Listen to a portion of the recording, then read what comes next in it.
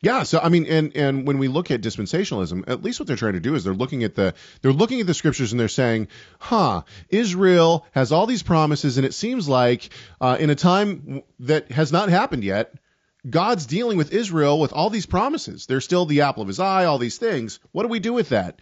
And so what they do is they say, well, we have these different dispensations, and in this dispensation, which just means time periods, in this time period, he was, it was all about law, and he was dealing with Israel. But for a little while, and this is how my dad always explains it, for a little while, he took Israel and he put it up on a shelf, and he took down the church, and now he's dealing with the church. Was there like a stopwatch too?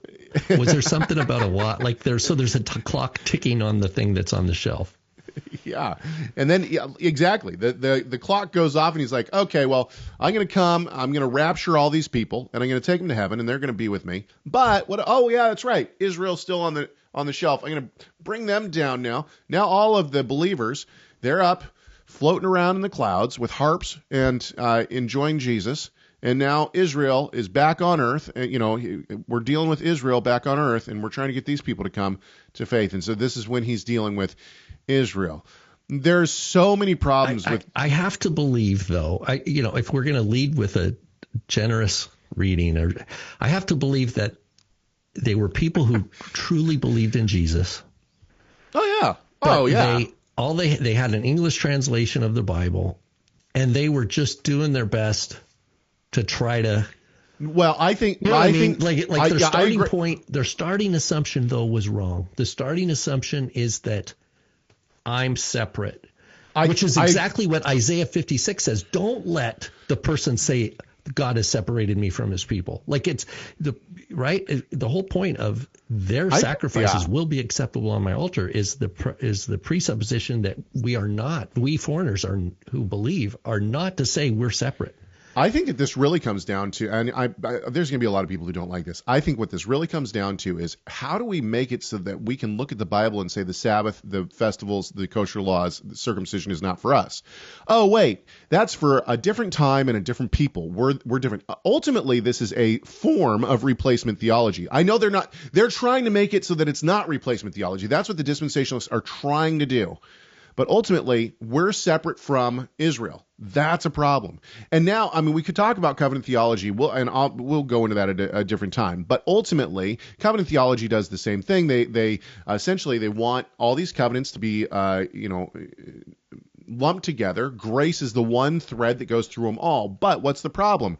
That darn law again. And so what do we do with law? Well, of course, once Christ comes, that all is done away with, and now we don't keep law. In fact, this is the big sticking point for me and the covenant theologians is that no, this once again is just a way to try to get rid of the law. So this is where Rob and I come in with, and my father was kind of the champion of this, what he called enlargement theology. And what that is that we are not separate from Israel. We do not replace Israel.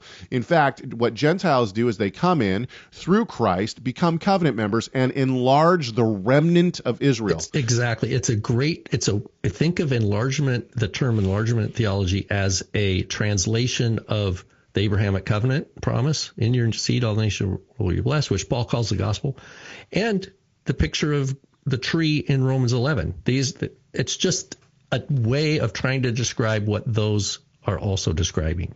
Yeah.